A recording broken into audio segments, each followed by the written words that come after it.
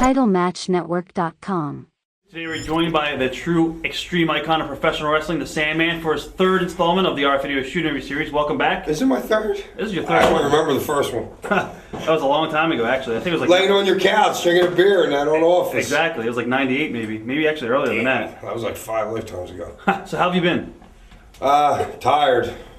What a long drive up here. I let my daughter drive. Don't ever let your 17-year-old daughter drive in New York. So basically, everybody out on the internet and in the wrestling world has, been following what's going on with you recently. Recently, you just got out of jail, and I want to talk to you a little bit about that. What exactly led you to going into jail? A DUI. In Pennsylvania, the laws are a little bit goofy. I had my first DUI like a couple years ago, and I was actually a .29 on the alcohol Richter scale. That was like 10 hours after I started drinking. But this last one, I had like 430 milligrams Oxycontin. I mean, I was asleep at a red light or something like that in my hometown, and the cop did. Well, he didn't have to pull me over because I was already stopped. He woke me up, and then they gave me a blood test and stuff like that. But I had 3 felony convictions from when I was a kid, like in 1983. So it was like, for the DUI, it's like, I guess they call it a rap sheet or something like that. So they sentenced me to 3 months. Wow. So this is PA, right? Yeah. Wow. What exactly was jail like? This wasn't your first time there, right? You were there a long time. Yeah, I was there for a couple months back when I was a kid, like 17, 18, or whatever the heck it was. You know what I mean? It's not like a state prison or anything like that. You know what I mean? It's a big boys club. Right. Did any of the inmates know exactly that you were a wrestler?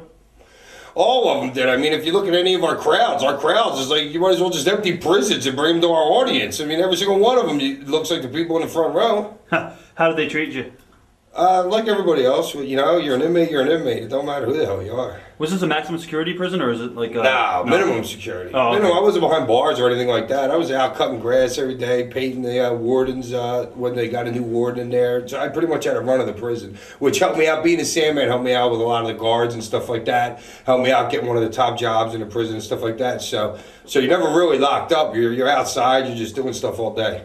Any of the inmates try to fuck with you and be like, "Oh, he's a fucking professional wrestler. Let's fuck with him." No, it wasn't so much over me being a wrestler, over like stupid stuff like the phones and everything like that. I was going to ask you about that. When there's 70 guys on your block and there's 4 phones and guys want to bogart the phones, and I'll tell you, when I first got there 2 weeks, the guys were bogarting the phones. There was like there's 4 phones for like 70, 80 guys, and these like the set of like 8 guys bogarted 2 of the phones all day.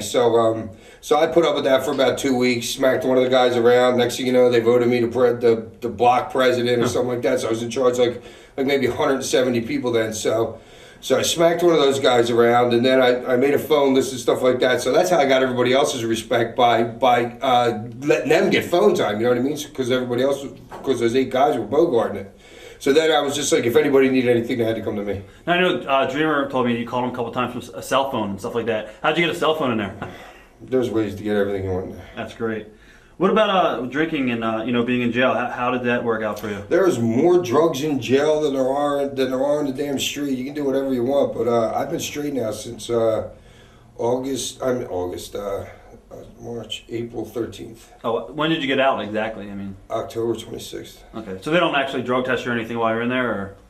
Yeah, they do if they smell pot and you're around it or something like that. You know what I mean? They'll pull a bunch of you out and drug test you. Right. What's it like actually being out of jail right now? You just got out recently, right? 5 days ago, maybe? No, I was out October 26th. Oh, okay. I've been out for like 3 weeks or something.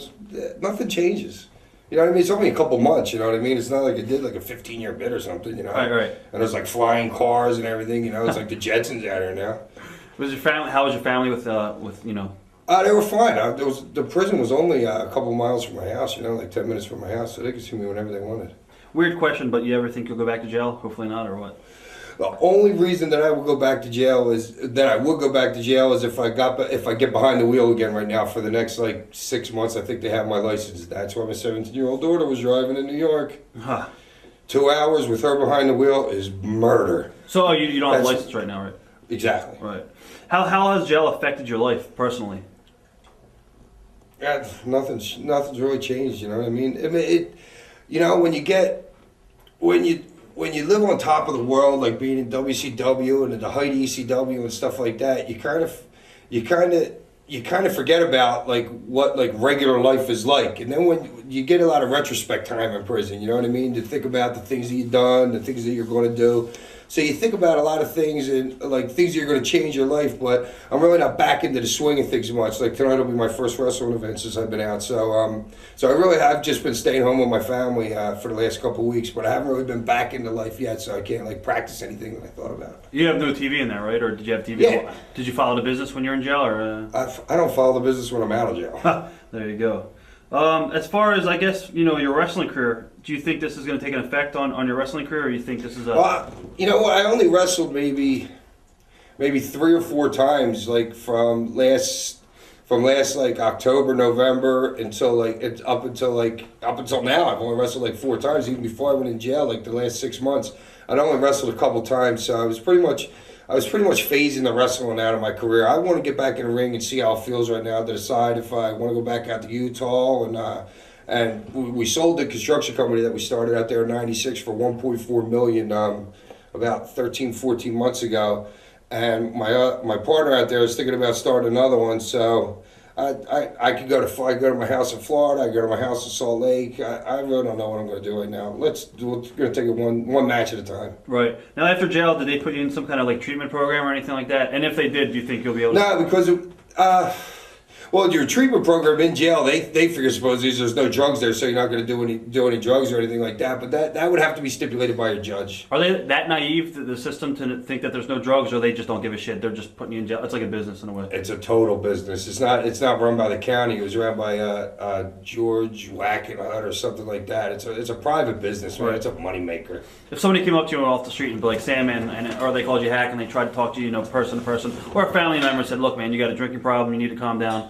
Well, of course, anybody who drinks has a drinking problem. That's why there was prohibition back in the 20s, you know what I mean? Right. I don't believe in that you smoke pot, that's like the gateway to other drugs and stuff like that. You drinking leads to lowering your inhibitions, to doing everything else. If you drink at all, you have a problem. That's how I look at it. Would you tell somebody, what would you say to somebody that said, "Oh, you need help"? Would you say, "I don't need help"? Or I would say, I'll make that decision. Right. Do you feel you need help or no? Well, yeah, I guess if you're drinking... See, but I didn't drink every day. You see, there's so many things, like if you've gone to like any AA classes or something like that, they give you a list of like 30 questions, and if you say yes to any one of those questions, they say you're an alcoholic. So apparently if you have one drink, you're an alcoholic, I guess, you know what I mean? Well, I never drank every day. I would drink when I was wrestling, but yeah, but if you have drinking, you have a problem. And I haven't had a drink yet since I've been out, but I haven't been back into the real step of the world right now. Tonight will be a big test for me. Cool. Match Network, your source for everything pro wrestling, with exclusive live pay-per-views featuring top talent from around the world. Oh, I like that one. Details direct from the source, with deep diving shoot interviews and podcasts. I love it. I love being a part of Title Match Network. Get extreme with exclusive death matches.